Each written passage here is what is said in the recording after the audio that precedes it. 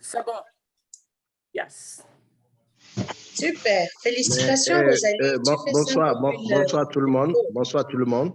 Bienvenue, Jordi. Oui, juste parce que avant de commencer l'enregistrement, essayez de paramétrer Zoom de telle sorte que les gens n'activent pas leur micro. Sinon, ça va déranger l'enregistrement après. Vous allez attendre toujours des bruits de fond de gauche à droite. Donc, coupez tous les micros et bloquez les micros des participants. Attends, te le passer, Georgie. Elle va te passer, oui, tu le fais, après tu lui repasses. Tu lui repasses. Comme ça, on est tranquille, ça va aller plus vite. N'est-ce pas, maman? Tu dis quoi? Oh, oui, bien sûr. Elle te passe le hausse, tu fais tous les paramétrages et tu lui repasses le hausse. Non, juste co-host. Elle peut garder le host, mais co-host. Co-host, tu pourras, ok. Ok. C'est bon, Jordi, merci. Ah non, c'est ça.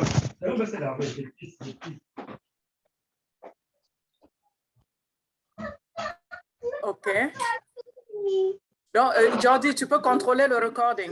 J'ai vu que tu as posé ça.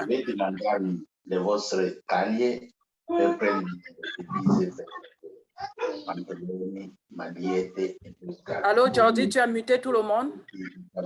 Non, je ne suis pas co-host, donc je ne peux pas le faire. Fais le co-host, Jordi.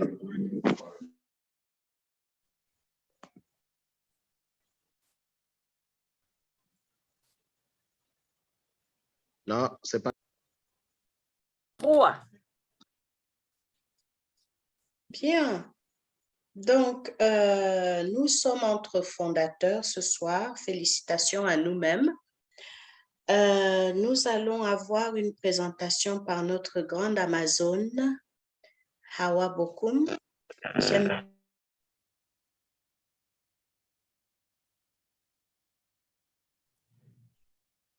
What happened?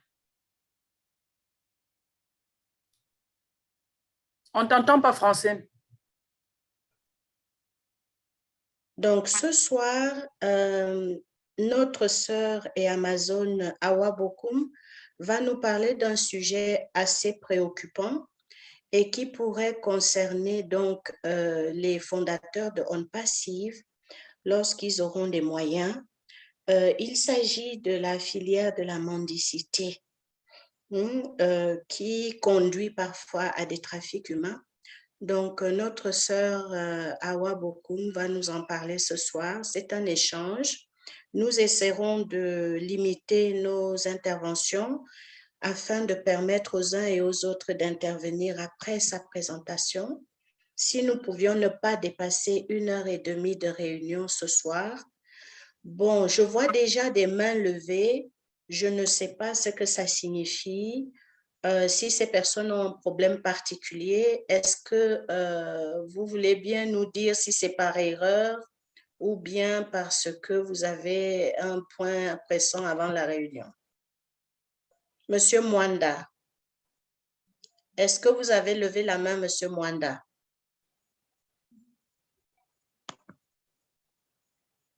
Bon, on va baisser sa main. Monsieur Léonie de Belgique, est-ce que vous souhaitez dire quelque chose avant la présentation? Léonie, vous êtes là? Vous êtes là, Léonie? On va baisser la main également. Et je vois que la présentatrice a la main levée également. Donc, on va lui passer le micro. Et la parole à toi, ma grande Amazone. Merci beaucoup, Double Lion de la Teranga et Indomptable. Merci à notre chère Rosalie Taombe depuis Washington. Merci à toute la communauté On Passive. Quel plaisir de vous retrouver aujourd'hui pour une toute première présentation sur notre plateforme de développement personnel, mais rassurés de savoir que nous avons fait de notre mieux pour avoir le maximum de fondateurs dans On Passive. On ne pouvait pas tout faire, mais on a donné le meilleur de nous-mêmes et une nouvelle ère commence. Et cette plateforme s'inscrit surtout dans ce cadre-là. Nous voulons vraiment améliorer notre façon de voir les choses pour que d'ici que la manne financière arrive, nous puissions faire des choses extraordinaires. Nous savons qu'une des choses qui préoccupe beaucoup l'humanité, qui préoccupe notre PDG H. Moufarek, c'est le problème de la pauvreté. Éradiquer la pauvreté, mettre fin à la pauvreté, rendre à l'homme sa dignité. Et comment faire cela? C'est toute une chose, c'est toute une stratégie et nous savons que ce n'est pas quelque chose qui va se faire du jour au lendemain. Et la mendicité se place dans ce cadre-là. Nous savons que la mendicité est un phénomène, bien sûr, qui est aussi vieux que le monde. C'est aussi vieux que le monde et c'est un problème qui se passe dans tous les pays du monde. Et maintenant, quelle est l'origine même de la mendicité? Le mot mendicité est emprunté du latin mendicité. Le terme mendicité donc est attesté depuis 1278, définissant un état d'indigence extrême, l'état de celui qui demande l'aumône. Mais nous savons que depuis ça, l'eau a coulé sous les ponts. Les mendiants étaient souvent comparés à des gens de seconde, pas de seconde nature, mais relégués au second plan. Donc, les mendiants, les gens qui sont en haillons, etc.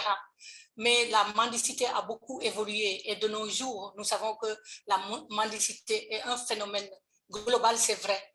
Mais quand il s'agit ici, je veux vraiment m'appesantir sur la CEDEAO, la Communauté économique des États de l'Afrique de l'Ouest, donc que je connais mieux, parce que si on s'étend, on ne va jamais finir, mais on pourra bien sûr dans nos prochains débats en parler davantage. Qu'est-ce qui se passe au niveau de la CEDEAO? La CEDEAO, c'est un même espace économique donc, qui permet la libre circulation des biens et des personnes. Et depuis quelques années, on a vu que le phénomène de la mendicité a pris une ampleur incommensurable. Et nous voyons des hordes de personnes, de femmes, jeunes, enfants, handicapés, faux handicapés, aveugles et que sais-je encore, qui investissent tels des essaims d'abeilles nos villes, nos grandes artères africaines, Dakar, Bamako, Niamey, Cotonou, pour ne citer que ces villes-là. Mais d'où vient ce phénomène de la mendicité? Qu'est-ce qui fait que c'est devenu un phénomène très, très important, même si certaines autorités ont essayé de vraiment d'attaquer les racines du mal. Si on regarde par exemple ce qui s'est passé au Sénégal il y a quelques années, le phénomène vient particulièrement du Niger. Parce qu'il faut faire la différence entre deux formes de mendicité. Nous avons les mendiants qui viennent des écoles coraniques et qu'on appelle au Sénégal les enfants talibés. Vous voyez, talibé, ça veut dire aussi taliban, ça vient de l'arabe, non? Donc, c'est des apprenants. Et le mode d'organisation des écoles coraniques est fait de sorte que ce sont des séminaires d'apprentissage où les enfants sont en interne, donc comme un internat, ils sont pris en charge par les maîtres coraniques et ils vont manger leur déjeuner ou bien leur dîner. Donc, aux heures de repas, ils sortent pour aller demander à la communauté de participer à l'effort donc des daras, de ces écoles coraniques, ou qu'on appelle aussi madrasa dans certains lieux. Mais on a vu de plus en plus, quand nous allons partir plus loin dans le sujet, que ce phénomène-là a pris des ampleurs, ça a été détourné, parce que on voit aussi qu'il y a certains maîtres coraniques qui ne s'arrêtent pas à ce que la religion leur demande de faire. Et on pense que ce sont ces mêmes maîtres coraniques qui demandent aux enfants d'aller demander de l'argent, parce que quand l'enfant ne rapporte pas de l'argent, il est des fois battu par des maîtres coraniques véreux. Et ce n'est pas ça qui est recommandé par la religion musulmane. La religion musulmane demande à l'enfant d'aller manger, d'aller demander, gagner sa croûte pour apprendre la dureté de la vie, n'est-ce pas? Mais quand on demande à l'enfant d'aller chercher de l'argent, d'apporter de l'argent, ça devient autre chose. Ce n'est plus du yalwan, comme on dit au Sénégal. Ce n'est plus aller participer à l'effort pour manger ensemble, parce que qu'est-ce qu'ils font? Les enfants partent avec leur gamelle et chacun revient, qui avec du tchéboudienne, qui vient avec du tchébouya, riz au poisson, riz à la viande, etc. On met tout dans le même bol et tout le monde mange. Et c'est ça qui permet à l'enfant d'apprendre le partage, d'apprendre à être dans la communauté et d'apprendre à évoluer au niveau de la communauté. Malheureusement, dis-je, cela a pris une autre tournure et on voit des enfants qui sont battus, ligotés, mis dans des coins de l'école parce qu'ils n'ont pas répondu aux attentes du marabout véreux, entre guillemets, donc des usurpateurs. Et même on dit qu'il y a des marabouts, donc des faux marabouts, qui ont même des R+1, des R+2, des R+3, c'est-à-dire des immeubles. Donc, vous voyez où est-ce que ça peut mener. Ça, c'est d'une part. Maintenant, revenons à l'autre forme de mendicité aussi que j'aimerais vraiment vous présenter, parce que comme je vous dis encore, le sujet est très large et on ne saurait l'épuiser aujourd'hui. Il a été noté que beaucoup de mendiants viennent du Niger. Les mendiants viennent du Niger et ils viennent d'une région très spécifique au Niger. C'est quand même incroyable, non? On va se dire pourquoi un seul pays à lui fournit des mendiants. Pour vous donner juste un exemple, au début, les mendiants du Niger allaient vers l'Algérie. Ces 5 dernières années, 7 à 10 000 personnes ont été refoulées de l'Algérie vers le Niger, tous des Nigériens. Ces 5 dernières années. 7 à 10 000 personnes refoulées par an. Donc, il fallait trouver de nouvelles, un nouvel Eldorado.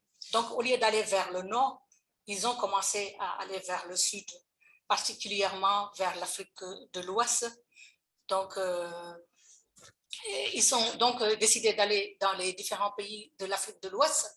Mais vous allez me dire comment cela va s'organiser. Et il y a un représentant du Niger qui disait qu'il y a 8700 km entre Dakar et Niamey. Alors, comment un pauvre pourrait-il quitter Niamey et se retrouver à Dakar sans aide? Alors, vous suivez mon regard ou lisez mes lèvres, comme on dit en anglais. Ça veut dire qu'il y a un réseau organisé de trafic humain, de mafia qui tire les ficelles et qui tire leur marron du feu en envoyant vraiment les femmes et les enfants dans des conditions désastreuses. Parce que ces mendiants-là sont des enfants de 2, il y en a des enfants qui ont 2 ans, 5 ans, le maximum c'est 7 ans quand il s'agit d'enfants. Et demandez-moi comment ces enfants partent. Ils sont loués à des familles. Je viens chez toi, ma chère Francine, je dis, loue-moi 2 enfants. Marie-Rose, loue-moi un enfant. Et tout ça là. Et je prends une horde d'enfants, je les amène avec moi et je vais aller mendier. Et maintenant, je signe, enfin, ce n'est pas des contrats, c'est des contrats tacites. Chaque mois, j'envoie quelque chose aux parents de ces enfants-là. Ça, c'est une possibilité. L'autre possibilité, c'est des femmes. C'est des femmes qui viennent toutes seules, des fois avec leur mari ou bien avec la personne qui les encadre. Et ces femmes-là ne sont pas malades, elles n'ont rien. Rappelez-vous du film Slumdog Millionnaire.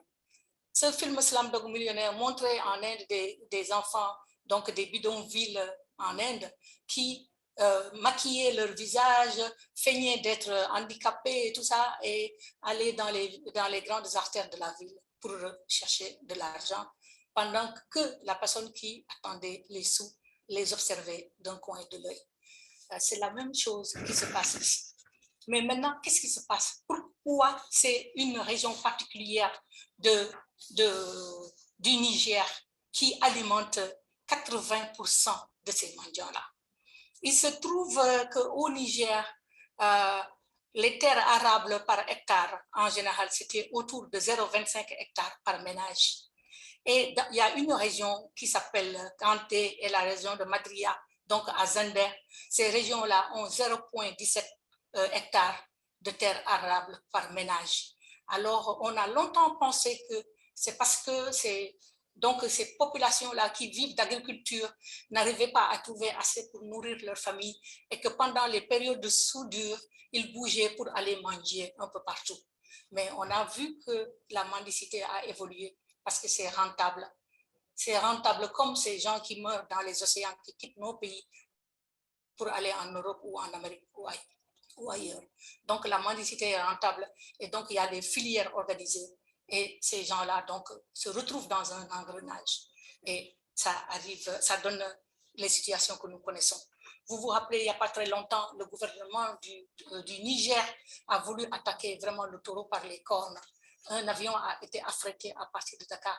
Il y avait plus de 1000 personnes qui étaient ici installées à Dakar et qui s'adonnaient à la mendicité.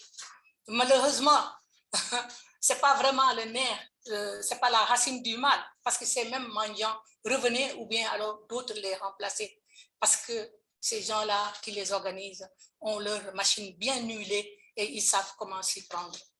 Parce qu'une fois que les gens retournaient chez eux, d'autres venaient les remplacer.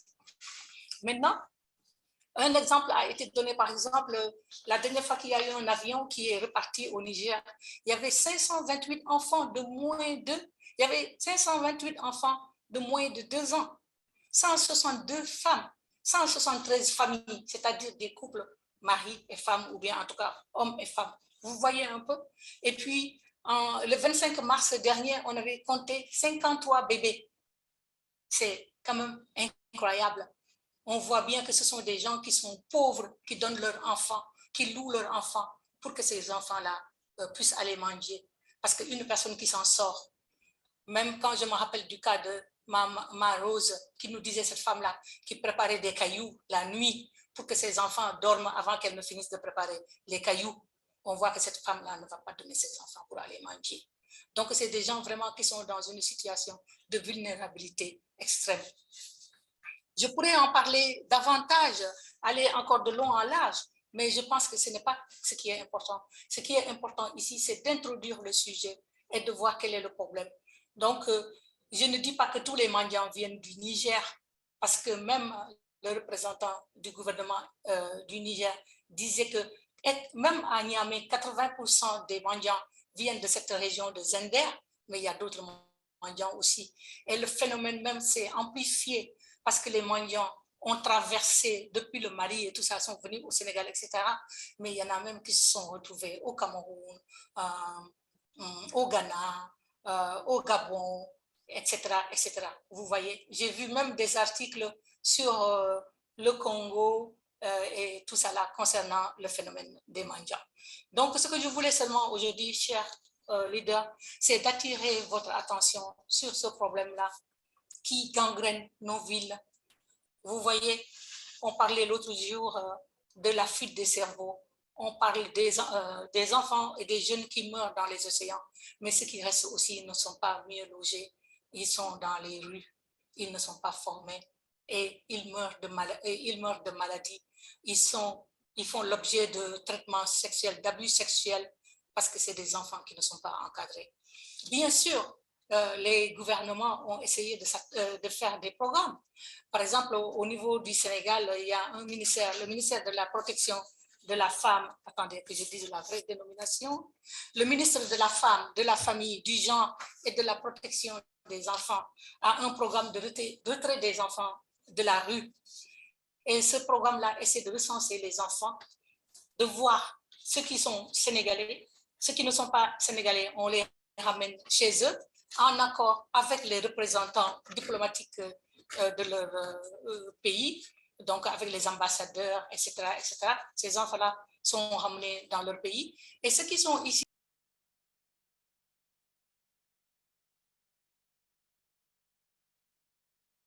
Awa, votre micro, le micro, s'il te plaît. Ton micro est fermé.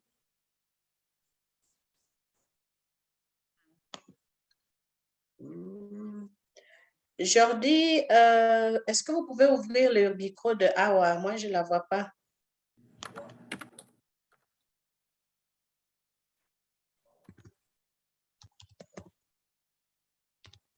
Qu'est-ce qui s'est passé?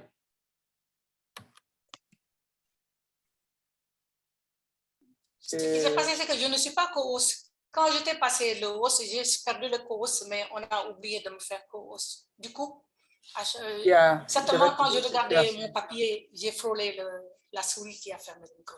J'espère que ce n'est pas coupé depuis longtemps. Non. Non, ça va. D'accord. Donc, beaucoup de choses sont faites pour essayer de faire réinsérer ceux qu'on peut réinsérer. Au niveau du Sénégal, quand même, il y a des choses qu'ils ont réussi à faire. Vous vous rendez compte, depuis 1964, il y avait un décret contre la mendicité. En 1975, il y a eu encore un décret qui permet la mendicité dans les lieux de culte et par exemple les jours de culte, le vendredi devant les mosquées et le dimanche devant les églises. Mais vous voyez, 25 ans après encore, on est en train de s'attaquer à ce fléau parce qu'il y a de la résistance. Et au Sénégal, il y a une certaine vision de ce que c'est les mendiants. Les gens aiment donner de l'argent aux mendiants, aiment donner de l'aumône, parce que quand on donne l'aumône, on a l'impression qu'on se débarrasse de quelque chose, on contribue à quelque chose. Donc, même si on interdit, de l'autre côté, il y a des gens qui font. Donc, le problème qu'il y a, c'est de trouver un système pour parler aux autorités religieuses, aux élus locaux aussi, mais aux personnes morales et toutes les personnes de la société qui sont capables d'apporter leur contribution. Surtout, beaucoup de sensibilisation au niveau des populations, que les populations sachent que les enfants, c'est eux le moteur de demain. Et si on ne s'occupe pas de nos enfants, demain sera pire. Déjà, il y a une crise, il y a la pandémie, il y a les maladies, il y a les guerres qui sont là. Et nous, même le problème de réchauffement climatique, ce n'est pas nous qui polluons, mais c'est nous qui subissons. Donc, c'est à nous de nous vraiment attaquer aux problèmes qui existent. Bien sûr, nous avons nos autorités qui essaient de faire bon an, mal an ce qu'elles peuvent, mais nous autres, à On Passive, je pense que ça fait partie de nos chantiers de réflexion. Parce qu'un enfant qui manque d'amour, un enfant qui n'a pas évolué autour de ses parents, un enfant qui a été abandonné depuis le départ, c'est un enfant qui demain va causer un problème. C'est un enfant qui deviendra un bandit ou bien un sans-abri. En tout cas, il ne pourra pas jouer pleinement son rôle dans notre société. Alors, chers amis, je ne vais pas m'étendre davantage. Comme ça, je vous laisse. On aura le temps de bien discuter. J'avais invité nos amis du Niger pour venir contribuer à cela parce qu'ils ont une association qui veut aussi s'attaquer au problème de mendicité. Ce n'était pas prévu de faire aujourd'hui le thème, mais puisque Asma ne pouvait pas se libérer et qu'il n'y avait pas de proposition, c'est pour cela que j'ai proposé de faire ce thème aujourd'hui. Merci beaucoup pour votre attention. Merci beaucoup Amazon. C'est un sujet vraiment sensible et qui nous préoccupe à plusieurs niveaux. En tant que mère de famille, nous ne pouvons pas rester indifférentes.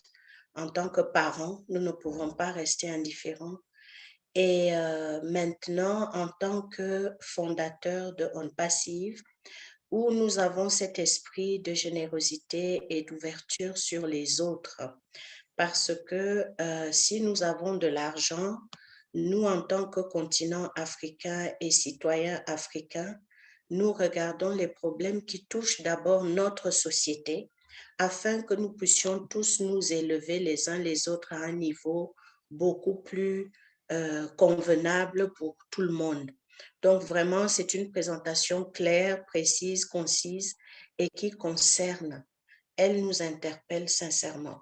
Ce que nous allons faire maintenant, nous allons prendre soit des contributions, s'il y a des personnes qui ont une information additionnelle par rapport à ce que Amazon Awa a dit, soit nous allons prendre des pistes de solutions, mais je demanderai qu'on se limite à 2 minutes d'intervention et pas plus pour permettre au maximum de personnes de parler. Donc, les gens vont lever la main à partir de l'icône de réaction qui est sur votre écran. Si vous ne pouvez pas appuyer sur l'icône de réaction pour lever la main, vous allez lever physiquement votre main. Donc, c'est parti. Si vous avez des questions, levez la main, on va vous donner la parole et essayons de respecter les temps de parole pour qu'il y ait le plus de personnes à intervenir. Merci. Je vois Issa du Niger qui a levé la main, donc je vous donne la parole. Issa, veuillez bien actionner votre micro. On a ouvert votre micro. Issa.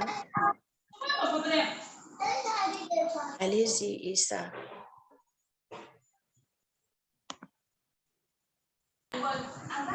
Merci pour la présentation vraiment son Excellence Hawa Bokom. Elle m'a contacté, on a un peu discuté avant donc, cette conférence qui est vraiment de qualité dans notre pays. Et je l'ai écoutée. Vraiment, elle a les informations claires et limpides de ce phénomène qui est la mendicité dans notre pays, en particulier au Niger. Et tout ce qu'elle vient de dire sur la mendicité au niveau de notre pays, le Niger, vraiment, ça m'a beaucoup surpris, quoi. Comment elle a eu ces informations par rapport à nous. Donc, nous la remercions beaucoup. Que le Seigneur continue à la fortifier et à la garder. Je suis donc Issa du Niger. Je suis membre fondateur de On Passif depuis août 2021. Donc voilà, je suivais donc les webinaires de temps en temps. C'est vraiment enrichissant, c'est fortifiant, ça nous encourage beaucoup. Maintenant, je reviens sur la mendicité au Niger. C'est vrai, le phénomène vraiment vient du Niger. En particulier, la région qui disait quoi, de Zender, qui est vraiment peuplée et c'était la première, et c'était la capitale, donc la première capitale du Niger, Zender, et peuplée par des Hausa. Donc, ce phénomène de la mendicité, ce que son Excellence disait, c'est vraiment culturel, quoi, de notre culture. Même avant la religion, donc nous sommes comment dire, un peuple vraiment qui vit en commun, qui vit dans la communauté. Donc, on aide son semblable, on aide son voisin qui n'a pas quelque chose. Donc, vous voyez, et maintenant, avec la religion chrétienne, musulmane, je ne sais pas quoi encore, ce phénomène était que les enfants, les parents donnaient les enfants quoi? Donc, au maître coranique qui les enseignait et qui les contrôlait, disciplinait. Quand ils sortent, ils partent seulement dans les concessions. Et dès qu'ils arrivent, on les donne quelque chose à manger, on les donne quelque chose et ils retournent. Donc, vous voyez, mais après, vraiment, ça a pris d'autres formes. Il y a eu des maîtres coraniques qui ne sont pas vraiment, je ne sais pas comment les qualifier. Et chez nous, ils obligeaient les enfants d'amener 100 francs par jour. Et si l'enfant n'amène pas, il est puni. Donc, voilà, c'est ça, c'est pour cela qu'il y a beaucoup de vols, beaucoup d'attaques dans la capitale. Mais maintenant, on passe cette phase pour venir à la mendicité comme trafic. Je ne sais pas, il y a des gens qui les prennent de leur village. C'est vraiment comment dirais-je, très organisé. Vous voyez, il y a des gens qui sont devant, très organisés. Auparavant, on les amenait en Algérie et à la Mecque. Vous voyez, ils quittaient d'ici jusqu'à la Mecque. Il y a des gens qui finissent tout. Et arrivés à la Mecque, ils vont travailler à la personne, ou bien, je ne sais pas, un groupe de personnes. Et s'ils versaient donc le montant demandé, tout le reste les appartient, quoi. Donc, vous voyez, et ainsi de suite, jusqu'à ce que l'Algérie, après le Covid, là, tout le monde était rentré chez eux. Et maintenant, ils sont en train de partir vers le Sénégal, de quitter Niamey, Ouaga, Bamako, jusqu'à Dakar. Donc, vous voyez, et actuellement, ils ont renvoyé l'État ghanéen et l'État nigérien. Ils ont envoyé un avion pour prendre 654 personnes, enfants, femmes et hommes, vieillards confondus. Et on les a amenés dans la capitale, déposés, vraiment, même ce soir-là, j'étais dans les environs, je les ai vus, quoi, vers le stade national, là où on fait le football. On les a déposés là-bas, à l'air libre. Ils sont là-bas. La nuit, cette nuit-là, j'étais dans les environs, il n'y a personne. Donc, eux tous vont aller faire la prostitution, quoi. Ils vont se prostituer. Les enfants sont dans la rue. Vous voyez, quand tu négliges un peu, on te prend ton portable dans ton véhicule et ainsi de suite. Donc, ce phénomène-là est très, très, très, très dense. Vraiment, je ne sais pas comment remédier à cela. Et j'ai organisé une réunion avec quelques membres de cofondateurs de One Passif pour créer une ONG pour voir comment on peut vraiment donner un coup de main à l'État. L'État ne peut rien faire, vraiment. L'État les a amenés là-bas et de Niamey, ils sont censés prendre des bus dans leurs frais pour retourner dans leur village. Où est-ce que vous voyez ce qui se passe? Donc, je ne sais pas vraiment comment nous pouvons remédier. Donc, nous pouvons remédier à ce phénomène ici au Niger. C'est une zone bien déterminée. Donc, vous voyez, c'est une zone bien déterminée. C'est vrai, il y a quelques zones aussi qui le font, mais ces femmes-là, quand elles viennent, elles vont prendre du sable et un peu de cailloux dans des tasses pour vendre. Voilà ce que ces femmes font. À cause de l'insécurité, et ces femmes ont quitté leur village, elles sont venues dans la capitale. Au lieu de faire la mendicité, et c'est l'ethnie germaine. Non, donc elles ne font pas ça, mais elles vendaient du sable dans des petits sables avec 200, 250, vous achetez le sable et elles vont se retrouver quelque part. Donc, vous voyez ce qui se passe. Il y a la famine, il y a tout, il y a tout. Et la saison ne donne pas. Les hommes aussi, comment ils font? Les hommes, quand la saison approche, ils cultivent. Après la récolte, ils vont encore prendre des femmes, donner des enfants et encore les chercher pour aller faire la mendicité. Donc, vous voyez ce qui se passe. Il y a beaucoup de phénomènes, il y a beaucoup de, je ne sais pas, au niveau de l'État aussi, doivent faire des efforts. Les associations, les ONG aussi doivent faire des efforts pour remédier donc, à ce phénomène-là. Voilà, nous, ici, on a voulu créer, et donc on a créé, donc on est en train de faire des statuts et les textes pour avoir de l'agrément et essayer de voir comment, avec One Passif, nous allons aider l'État, le gouvernement, à un peu diminuer donc, ces phénomènes-là. Quand on parle du Niger, directement, c'est la mendicité. Vous voyez ce que ça donne. Donc, pour ne pas dépasser les 2 minutes, ou bien je les ai déjà dépassés. Ah, Monsieur Issa, vous avez pris plus de 20 minutes. Ok, je vous donne le micro. Non, on a besoin que tu nous donnes le micro. On t'a entendu. Et puis, oui, Francine, vas-y.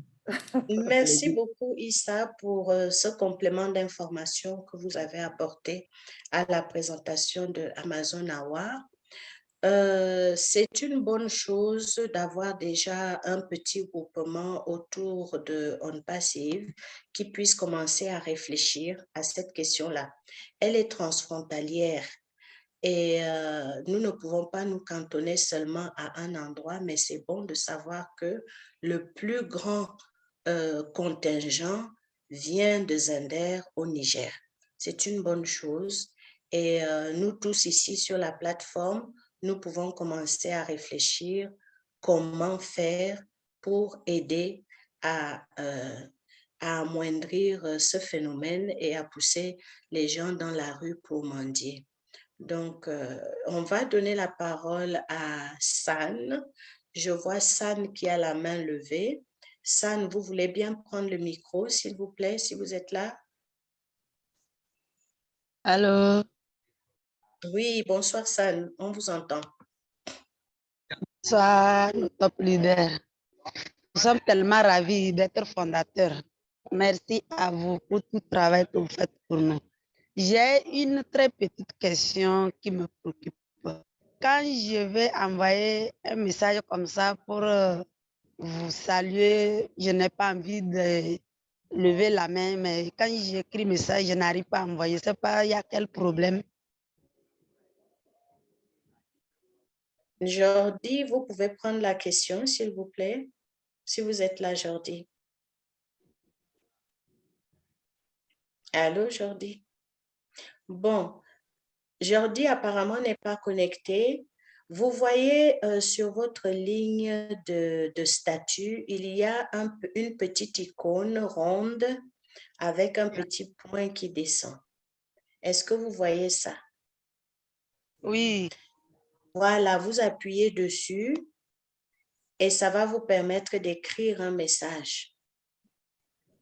D'accord. Merci beaucoup. Voilà. Grand merci et Je bonne vous en suite. prie. Merci. Au revoir.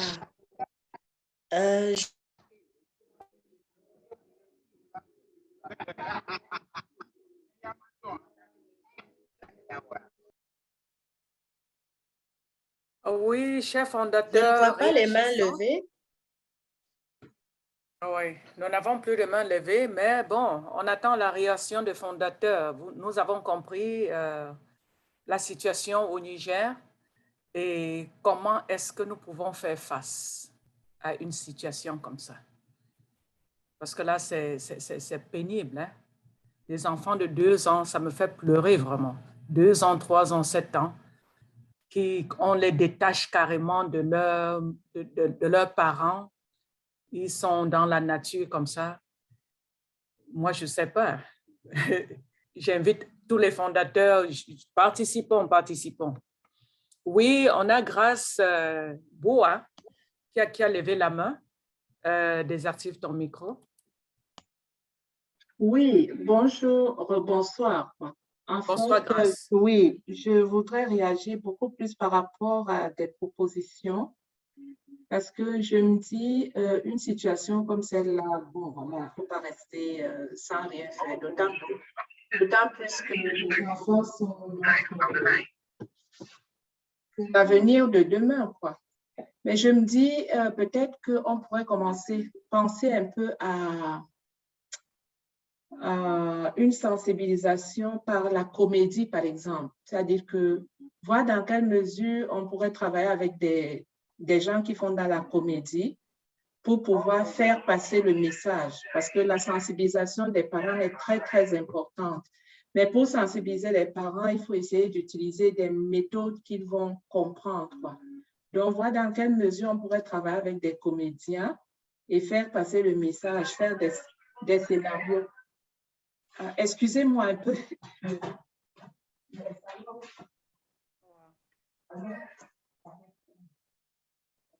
C'est une proposition concrète.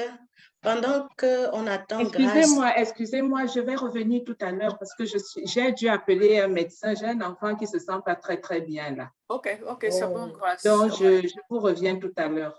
D'accord, ça marche. Pour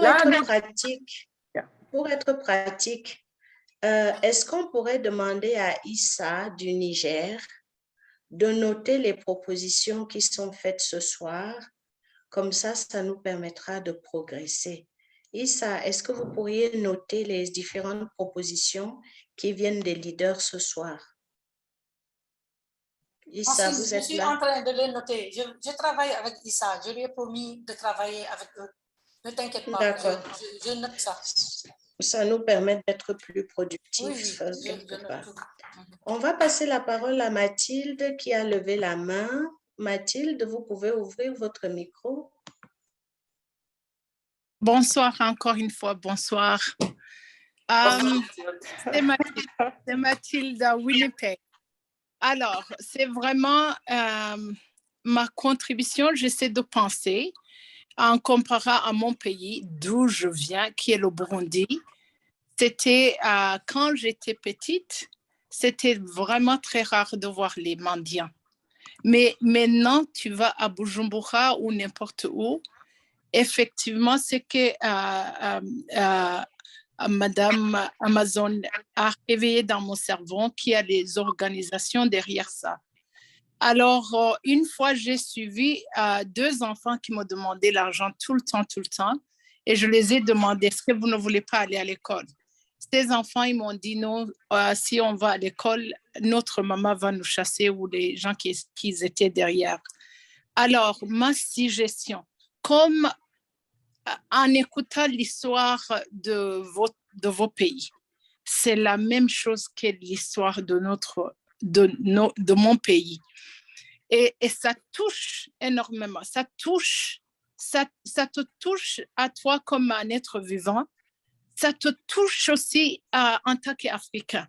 Alors moi, je pensais, au lieu de chacun crée un ONG dans son pays, peut-être tous les membres de On Passive, si on peut faire une organisation qui touche ça dans tous les pays et tout le monde, si on décide, des gens qui veulent cotiser là-dedans pour donner des fonds, de contribuer, mais que ce mouvement, ça soit dans tous les pays et c'est universel comme UNICEF. On va être les On Passive, on va avoir un pouvoir de faire une contribution mensuelle. Et comme ça, c'est pour éliminer dans tous les pays. Pour moi, même ici au Canada, dans le pays qui est riche, il y a les mendiants, mais ils ne volent pas. Ils te demandent, si tu ne les donnes pas, ils ne vont pas prendre ton sac par la force. C'est pas vraiment, c'est pas aussi grave, même si ça arrive, c'est pas aussi grave qu'en Afrique. Alors, si même il reste des mendiants parce que ils ont choisi de le faire, il y en a des organisations où ils peuvent aller manger et revenir faire le mendiant, mais au moins on déracine, on essaie de déraciner cet acte qui est inhumain en faisant dans tous les pays, en faisant l'organisation qui touche tous les pays et les membres qui sont On Passive, qui peuvent faire le volontariat ou je ne sais pas comment on peut s'organiser, mais pour aller vraiment travailler là-dessus. Je ne sais pas si vous m'avez compris ce que j'ai dit. Yes, let's do it on a very high level. J'essaie de penser en anglais maintenant. Mais aussi de façon que ça soit universel, parce que tout le continent africain souffre de ça. Merci. Merci Mathilde. C'est une bonne proposition. Je sais que Amazon l'a capté dans les propositions. Nous allons prendre Bernard. Si vous pouvez ouvrir votre micro, Bernard Tchoukouté. Vous pouvez ouvrir votre micro. Tchoukwet. Tchoukwet, excusez-moi pour ça. Bonsoir, vous m'entendez? On vous entend bien, Bernard. Bonsoir, vous. Bonsoir, Amazon. Oui. Ce qu'elle a dit, c'est dans le pays africain. Et on fait là une organisation pour le gouvernement de chercher à éliminer cela. Et ma proposition pour aider, nous pouvons passer par au bloc qui est à On Passif. Comme l'avait dit le docteur Georgie, s'il y a une aide, on peut participer à $1 par personne. Ce serait beaucoup d'argent. Et cet argent ne devrait pas verser au gouvernement africain. Les gouvernements africains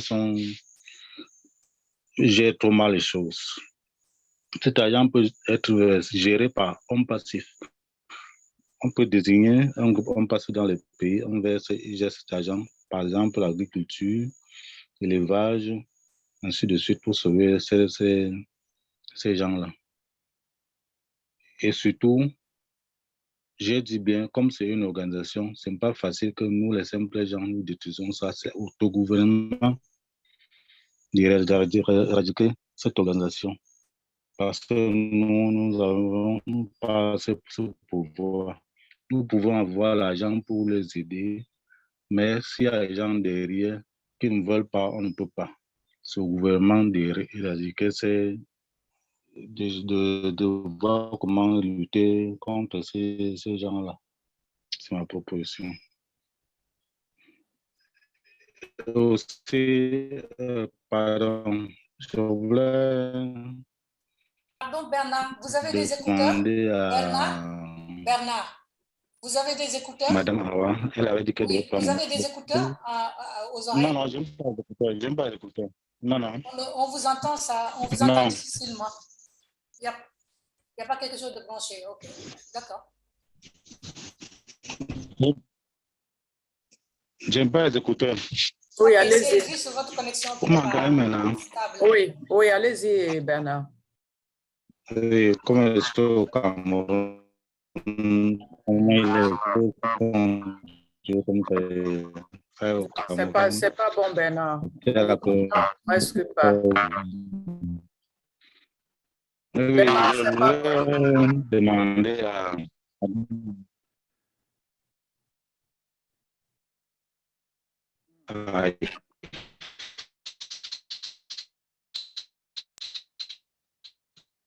Peut-être que Bernard a 2 appareils connectés, hein, Maman Rosalie. C'est possible aussi.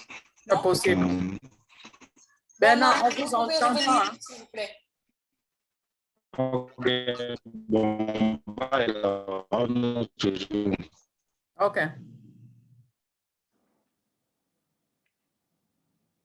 Là, nous allons passer la parole à Marcelino, à Konega.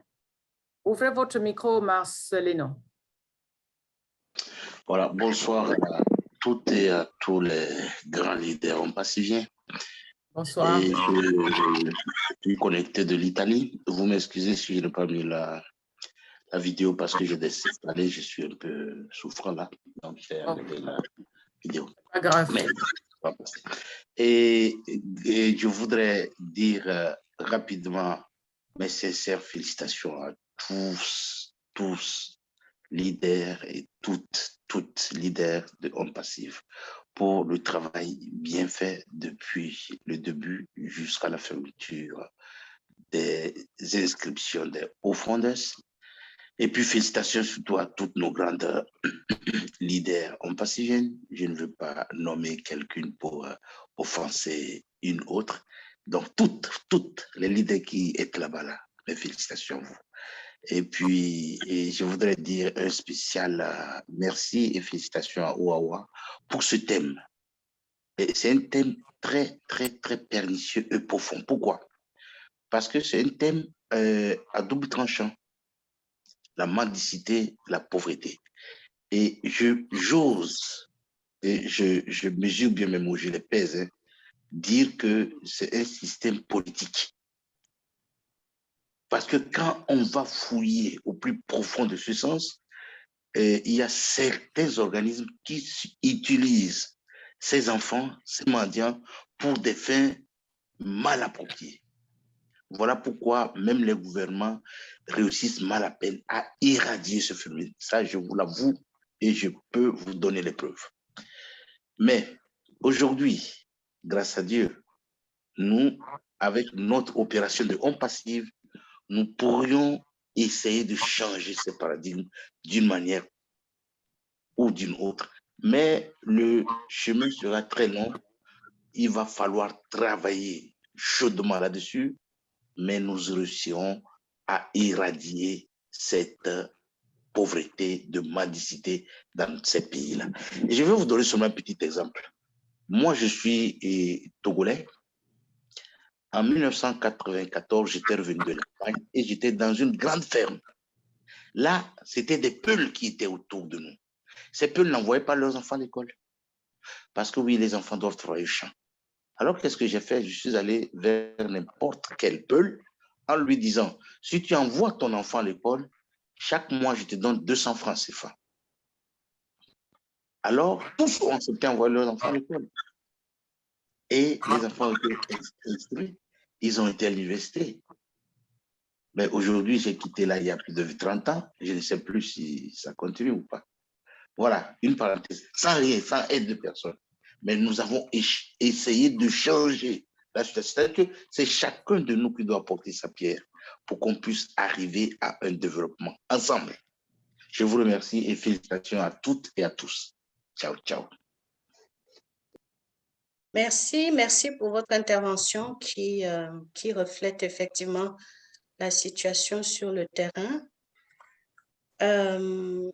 Il est certain que si nous prenons des actions qui vont occuper les personnes avec une incentive, une compensation, il est possible d'obtenir des résultats. Mais comme on l'a déjà souligné, le pouvoir politique est très fort et les enjeux sont différents dans ce domaine.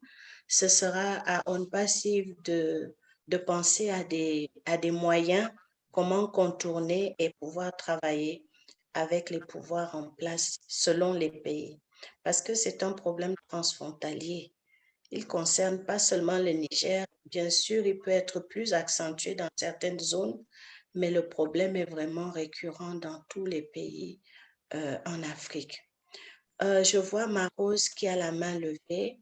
Est-ce que vous pouvez ouvrir votre micro, Marose?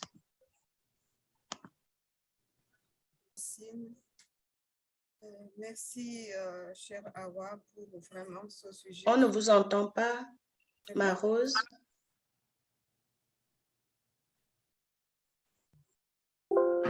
Là, c'est bon? Oui. Augmentez le volume. Levez juste un peu la voix. Je suis assez... Bon, OK. Donc, c'est l'émotion, vous savez. Merci, chère Francine, de me donner la parole. Merci, cher Awa, pour ce sujet vraiment qui est abordé. C'est un sujet... S'il te plaît, Marose, je ne t'entends pas et je prends les notes. Élève ta voix ou je ne sais pas. Pour que je ne dise pas de bêtises. C'est mieux comme ça? Oui, merci.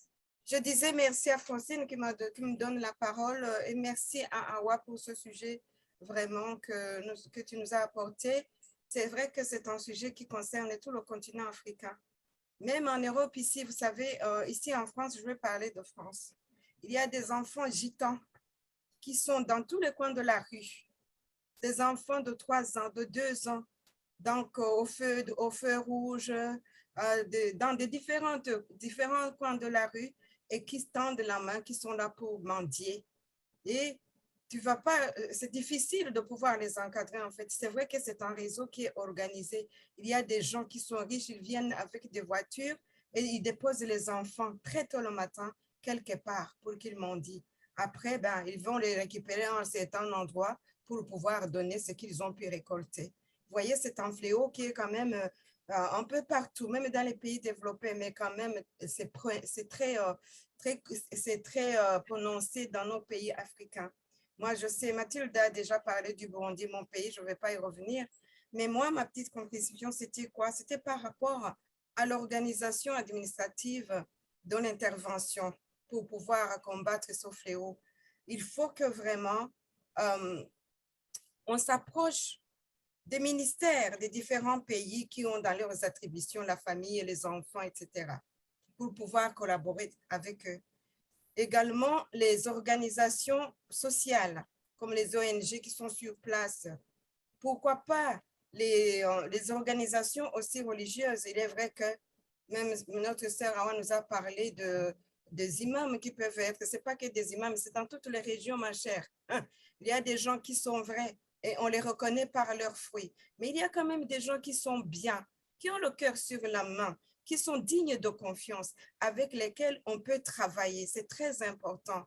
Nous sommes dans On Passive, c'est vrai, plusieurs d'entre nous, bon, c'est plusieurs pays qui sont représentés, mais là où nous ne pouvons pas aller, il faut qu'on mette en contribution, on cherche à collaborer avec ces différentes organisations, donc publiques et sociales plutôt. Et notre sœur Mathilde a évoqué une structure qui pourrait être similaire à UNICEF. C'est une bonne chose, mais maintenant, il faut aussi étudier la gestion. Comment ça pourrait se gérer? Hein? Il faut étudier d'une façon approfondie afin d'aboutir à une efficacité qui arrange tous les pays parce que nous sommes tous concernés. Évidemment, il y a des pays qui sont vraiment plus touchés que les autres. On n'en disconvient pas. Et moi, personnellement, ça c'est moi. Je suis pas, vous n'êtes pas obligé de suivre ma pensée. Pourquoi pas commencer par le Niger, cette situation que Awa vient d'évoquer, puisque c'est le premier de ces pays. Pourquoi pas nous immobiliser pour vraiment, parce que celui qui arrose sera arrosé, mes bien-aimés. Voilà.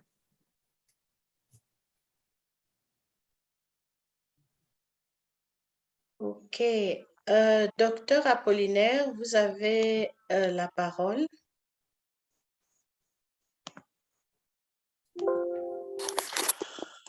Bon,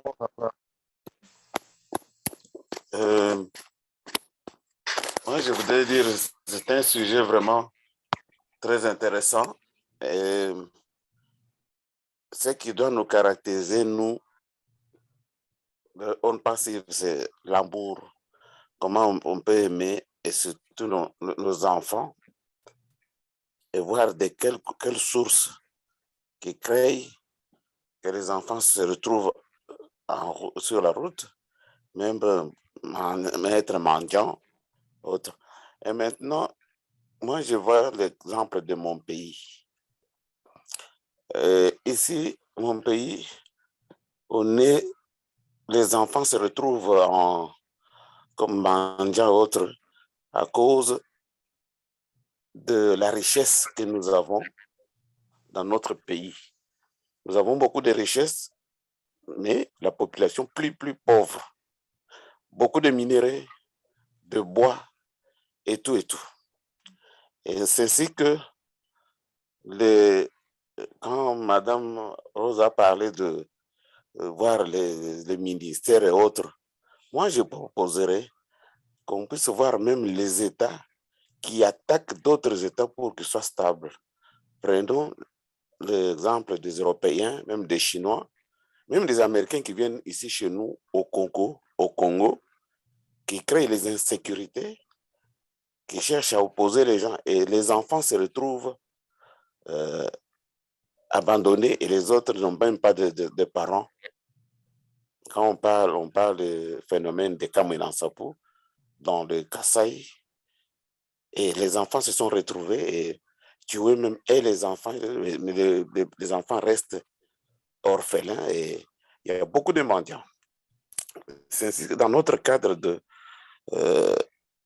on passive, nous devons aussi aller plus loin. Nous devons faire une force de lobbying plus efficace pour atteindre même jusqu'au niveau des États.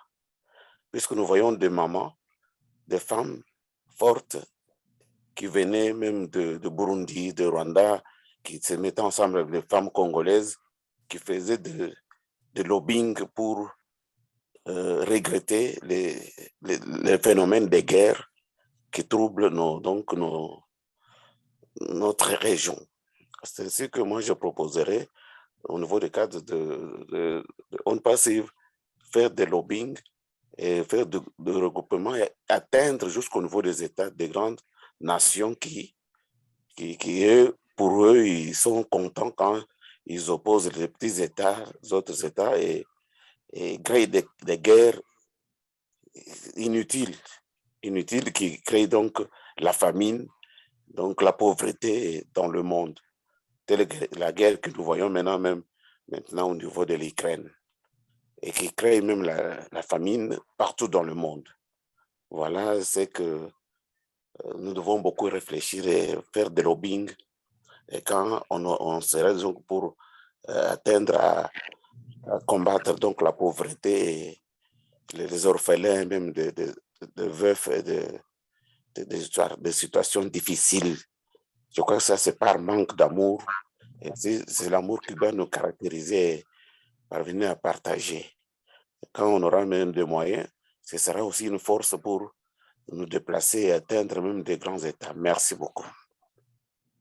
Merci, docteur Apollinaire. Je vois que je vois David Kabia de DRC qui a mis, s'il vous plaît, avant que je n'intervienne, je voudrais que Amazon Awa nous dise les origines. Je pense que plusieurs personnes sont déjà intervenues dans la dernière intervention que nous venons d'avoir de docteur Apollinaire. Essaye de montrer les pistes. Il n'y a pas qu'une seule origine de ce phénomène. Il y a plusieurs éléments conjugués qui font qu'on se retrouve devant ce phénomène de déplacés d'une part et de mendiants qui s'ajoutent. Et une partie qui est organisée, dont on connaît à peu près l'organisation. Donc, il n'y a pas une raison unique qui fasse qu'on sait pourquoi les gens se déplacent. Il y a plusieurs raisons combinées. Avant de passer la parole à Rosa du Sénégal, j'aimerais tout simplement faire une remarque. Ce dont nous sommes en train de parler maintenant rejoint ce que nous avions déjà préparé auparavant, avec les groupes de travail. Donc, les enfants déplacés vont pouvoir entrer dans les rubriques qui existent déjà dans ce groupe de travail. Et ce serait bien qu'on voit ensemble les enfants et les administrations. Je pense qu'il y avait une rubrique comme ça. Ceux qui vont pouvoir parler aux administrations locales, aux politiques, etc. Il y a cette rubrique. Et puis, il y a une rubrique qui s'occupe des enfants, des femmes seules, des filles mères et tout ça. Je pense que ça doit pouvoir rejoindre les enfants mendiants également. Donc, je voulais juste ajouter ça avant de donner la parole à Rosa, à qui on va demander d'ouvrir son micro. Francine, avant de donner la parole à Rosa, je pense que si ça ne gêne pas, qu'on redonne la parole à Grace Boa, qu'elle finisse de nous émettre son idée. Elle est revenue. Oui, elle est revenue. Grace, la parole est à vous. Hein? Grace.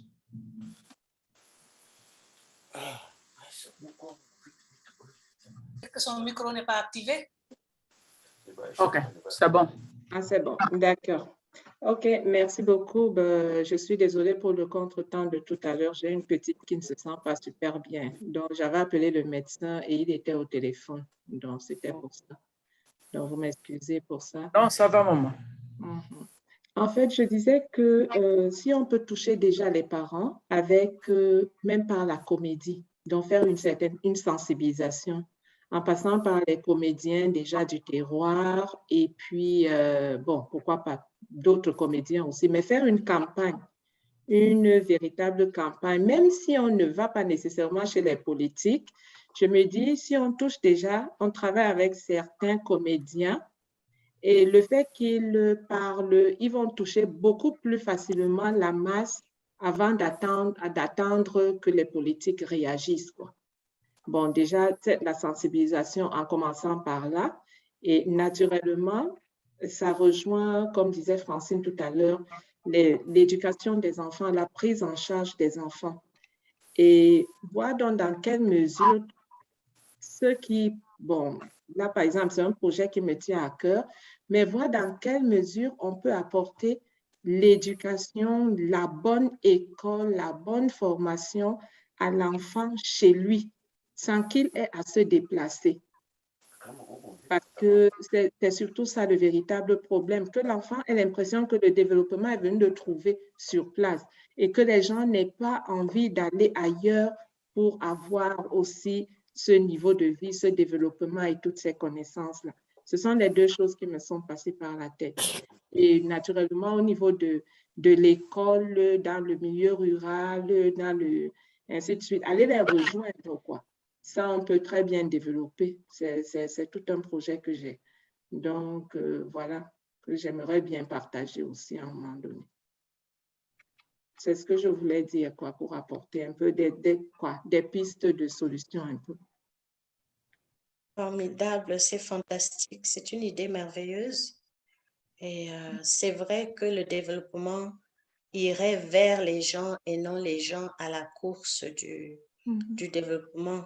Ceci dit, c'est un gros concept aussi, parce que le bien-être, ça se discute.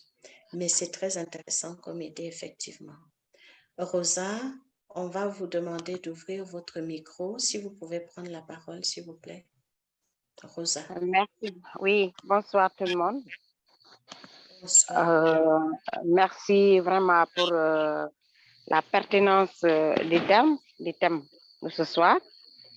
Donc, c'est vrai que comme Amazon l'a développé, le problème de mendicité est un problème réel. Oui. Allô? Oui, on vous suit. Alors, d'accord. Donc, c'est un problème réel et qui fait très mal au cœur, parce que si on voit, par exemple, les enfants dans les rues au moment du froid, ça fait très mal. Ça fait très, très, très mal des enfants qui sont habillés en haillons pieds nus et qui font les artères vraiment dans des conditions vraiment difficiles.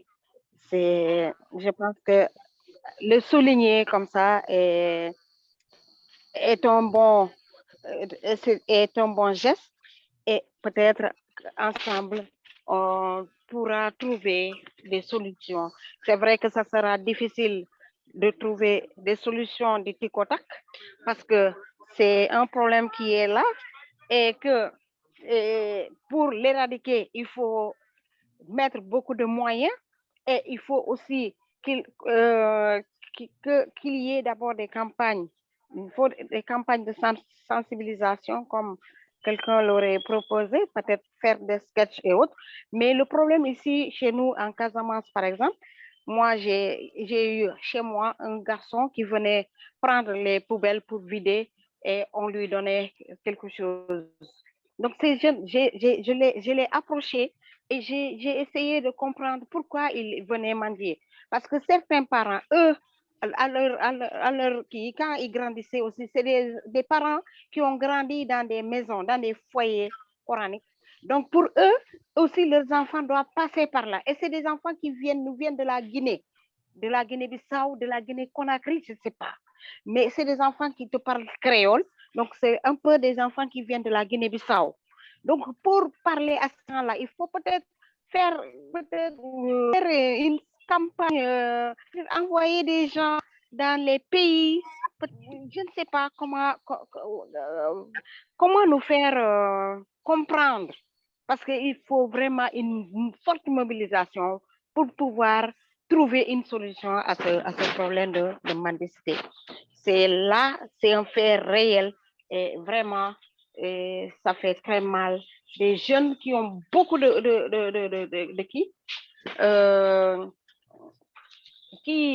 qui ont beaucoup, qui devaient être à l'école et avoir une éducation peut-être pour assurer leur avenir, mais malheureusement, qui sont laissés à eux, qui sont laissés à la merci des marabouts, et vraiment c'est dommage.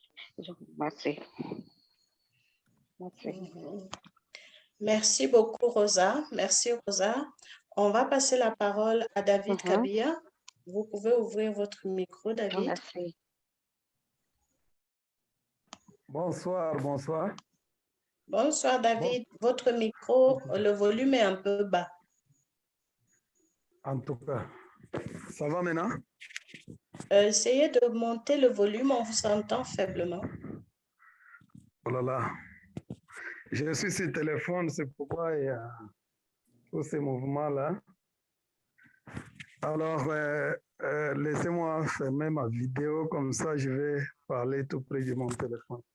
Voilà, j'ai écrit tout à l'heure là, c'est un très bon sujet, mais c'est un peu vraiment très, très délicat parce que jusque-là, moi, je ne vois pas clair les causes de ça. On peut s'attaquer à un problème que quand on connaît bien les causes, les origines. Maintenant, d'après un livre que j'ai moi lu ici, de Jacques Daniel, un auteur là, qui a écrit sur créer une entreprise et gérer une entreprise. Il a parlé de l'indice du développement humain. Vous voyez, quand on peut chercher d'abord à développer l'humain, quand on peut, avec tout ce qu'on peut avoir chez on passive, chercher d'abord à, avec la commission santé, éducation et formation, si on pouvait arriver d'abord à former des individus afin qu'ils puissent voir comment décourager les parents à laisser les enfants aller sur les riz, commander tout ça. C'est un problème de développement d'abord humain. Parce que l'auteur a montré qu'il y a un pays qui n'a pas tellement de richesses dans les sous-sols ou tout comme des richesses dans le pays, mais vous voyez que ce pays-là affiche quand même un indice de développement humain élevé par rapport à un pays peut-être qui a beaucoup de richesses dans les sous-sols, mais l'indice de développement humain dans un pays très riche là, ça devient toujours trop bas. C'est comme le pays du Nord qui devrait être dans des conditions très difficiles parce que là-bas il fait très froid, mais vous les trouvez, ils sont en train d'être développés plus que les pays du Sud. Il a parlé des choses comme ça, il a cité Israël, il a cité aussi d'autres pays aux alentours d'Israël. Il a cité les Ghana, il a cité aussi les pays qui sont sur la même latitude que les Ghana. C'est ainsi que quand nous voyons cette mendicité-là et que nous voyons les parents envoyer les enfants comme ça, c'est un problème maintenant de créer, renforcer vraiment la commission formation et éducation des ondes passives pour d'abord suivre ces parents-là qui restent à la maison, qui laissent les enfants déambuler sur la route, les former d'abord, les motiver pour que quand ils viennent dans la formation, ils peuvent même commencer peut-être par proposition, toucher quelque chose. Parce que quand vous dites à un Africain que la formation va commencer à te payer $5, vous allez voir qu'ils vont venir nombreux dans cette formation-là. C'est aussi une des propositions. Maintenant, à part ça, j'ai aussi une nièce qui est du côté de Liverpool, là-bas, à Londres. Elle me disait que si je commence à travailler comme mon mari et que je laisse les enfants seuls, le gouvernement viendra prendre ces enfants-là à sa charge. Vous voyez que si nous aussi, on pouvait arriver à organiser des ONG qui pouvaient commencer à s'entendre avec les gouvernements des pays comme ça pour faire que si on trouve un enfant sur la route, on prend cet enfant-là, on part avec dans nos centres d'éducation, tout ça. Les parents-là pourront encore maintenant fournir d'efforts pour mettre encore au monde un autre enfant, envoyer sur la rue.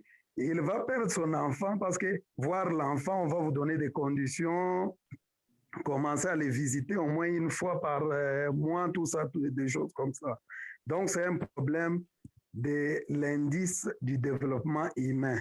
Parce qu'il y a des gens qui s'habituent à jouer à la dame, rester à la maison, mais en envoyant les enfants faire des petits travaux ou bien aller à la mendicité. C'est ainsi que moi, je comprenais que nous devons renforcer beaucoup plus avec nos finances la commission qu'on avait la fois prise pour formation et éducation, aller créer une formation, mais que cette formation-là soit vraiment une formation un peu motivée avec de l'argent aux participants. On donne quelque chose aux participants pour les pousser à venir entendre et dire que nous avons les soucis de décourager, comme notre leader a parlé aussi de faire un peu de théâtre, de musique, tout ça pour vulgariser. Je ne vais pas vraiment beaucoup plus monopoliser la parole et puis je ne sais pas si mon micro passait très bien. Je pense avoir un peu donné un peu une idée, selon moi, à ces problèmes ici. Merci beaucoup. Merci David, nous vous entendions bien, le son était bon. Donc, je vois notre présentatrice qui a levé la main. Vous pouvez ouvrir le micro. Oh oui, Francine, avant la présentatrice, je voulais faire une remarque. Si vous regardez le chat, vous voyez des énormités que quelqu'un écrit là. Donc, il vient ici, il dit, avec un passif, il va pouvoir trouver une femme, épouser une Africaine. Ce n'est pas pour ça qu'on est ici. Et quand Rosa parlait, il dit, Rosa, j'ai envie de te voir. Ta voix est jolie. Donc, je l'ai immédiatement éjecté de la salle. Donc, on n'est pas ici pour perdre le temps. On est ici pour mettre nos idées ensemble, pour pouvoir voir comment aider nos compatriotes, aider nos enfants, aider nos sœurs, nos frères qui souffrent. Donc, on n'a pas besoin de ce genre d'attitude ici. Oui, Amazon, tu as la parole, maman. Ce ne serait pas un intrus par hasard. Il faut aussi être vigilant. Ça peut arriver. Ouais. Un intrus peut toujours se faufiler dans la salle. Ouais. Bon, ça arrive. L'essentiel, c'est que maman Rosalie a fait ce qu'elle a à faire. C'est pour cela qu'il faut être très vigilant sur le chat. Ce qui n'est pas évident du tout, mais bon, on n'a pas le choix. Merci beaucoup. J'ai préféré parler après parce que les interventions sont tellement positives. Et pour répondre à notre cher leader David Kabouya, si vous avez suivi au début de la présentation, j'ai dit qu'au niveau, en tout cas, de l'Afrique de l'Ouest, le contingent le plus important vient du Niger, de la région de Zender, du fait qu'au début, il y a quelques années, 30 ans, c'est la région où il y avait un problème de productivité agricole. Et pendant les périodes de soudure, les gens ont tendance à aller chercher ailleurs comment nourrir leur famille, comme les gens avec leurs troupeaux et tout ça. Et il y a notre ami du Niger qui nous a expliqué aussi, c'est une zone peuplée de Haoussa et autres qui ont l'habitude aussi de bouger. Et il y a toujours l'entraide dans nos communautés. Hein. Au début, ce n'est pas vraiment de la mendicité, mais après, puisque ceux qui aident n'ont plus les moyens d'aider, on va aller chercher ailleurs et petit à petit, on bouge, on va plus loin. Voilà. Il y a une chose qui est très importante que je n'ai pas pu, que j'ai oublié de dire. La mendicité a été interdite au Niger en 2011. Savez-vous pourquoi? Il y a eu 92 femmes et enfants qui sont décédés dans le désert en allant en Algérie. 92 femmes et enfants étaient mortes de soif. Et donc, elles sont mortes dans le désert. C'est à partir de là que le gouvernement du Niger a décidé d'interdire carrément la mendicité. Ça, c'est très important. Sinon, bon, j'ai pris les notes pour toutes les propositions qui ont été faites et je salue celle de Grâce qui est même faite ici au Sénégal parce que dans nos sociétés africaines, la parole est très importante. Et je pense que la conscientisation, comme on dit, ça passe aussi à travers la parole. Les gens, ce n'est pas tout le monde qui regarde la télé. On peut passer par les télés aussi d'autres médias. Mais la parole, les théâtres, les scènes, des animations au niveau du village, et puis il y a ce qu'on appelle les radios rurales en ce qui concerne le Sénégal. Le ministère du Développement de la Femme et de la Protection des Enfants fait beaucoup de campagnes par rapport à ça. Et c'est vrai qu'on rapatrie les gens dans leur pays. Rose avait dit ça tout à l'heure. On rapatrie les gens, mais il y a ceux qui sont ici aussi qui sont très importants. Et je vous ai parlé des marabouts véreux qui ont construit leur immeuble grâce aux enfants mendiants. Est-ce que je peux vous raconter une anecdote? Les mendiants ont une tontine. Il y a des mendiants qui ont des tontines. Vous vous rendez compte? Chacun va mendier. Ça, c'est les mendiants organisés. Et à la fin de la journée, on fait un tirage au sol. Il y a un mendiant qui gagne la gamelle et qui amène. Peu importe combien il y a là-dedans. Et demain, encore, on fait un tirage. Vous voyez?